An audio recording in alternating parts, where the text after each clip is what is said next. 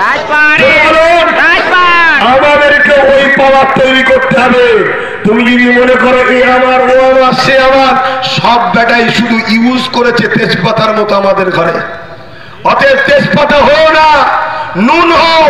নুনটা শুনতে ছোট লাগতে পারে, নুন এমন এক জিনিস কেউ বেশিও নিতে পারবে না আর কমও হলেও চলবে না। শুনছেন তো নাকি? বেশি নিলেও জ্বালা আর কম হলেও জ্বালা। নুন হও, তুমি ছাড়া কারো স্বাদ নাই, তুমি ছাড়া কারো স্বাদ নয়। তুমি যদি সংগঠিত হও, তুমি যদি ঐক্যবদ্ধ হও, তোমার এত ক্ষমতা আছে, এই বাংলার কথাই বলছি, তুমি 110টার উপরে জায়গা দখল করতে পারবে। তা বাকি যে জায়গা আছে, তোরা 4-5 জন যা আছিস ঝগড়া করকে যা করে, যে যা ভাগ পাবি ভাগ নিয়ে আমাদের সঙ্গে দেখা কর। আমরা যার পাশে দাঁড়াবো সে গিয়ে বসবি, কিন্তু বসার সময় মনে রাখবি আমাদের সহযোগিতাতেই বসেছিস। ওই যে চেয়ারগুলোই বসে আছেন, কটা পায়া আছে? 4টে। যদি একটা আমাদের হাতে থাকে আর আপনি ওখানে বসে আমাদের বিরুদ্ধে কথা বলতে পারবেন? পাটা খুলে নেবো, পড়ে যাবে। ঠিক না বেঠিক?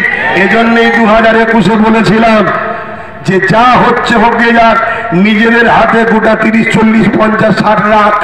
চেষ্টা করো, একদিনে কি সব হয়? রাখ, তাহলে কি হবে?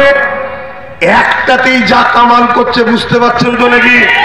তাহলে গোটা 40-50 যদি ওর সাথে থাকে, তাহলে লড়াইটা কি জোর হবে না কম হবে? অতএব যার প্রয়োজন বসুন, আমাদের বসার দরকার নেই, কিন্তু পাটা লাগাবো, বসবেন। 3টে আপনার হাতে, একটা আমার হাতে।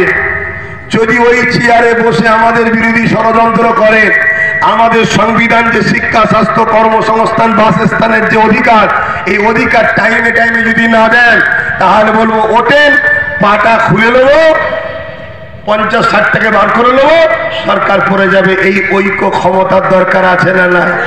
এটাই আমি বারবার জাতিকে বুঝাচ্ছি। আসো আমার জাতি বোঝো, ভাবো।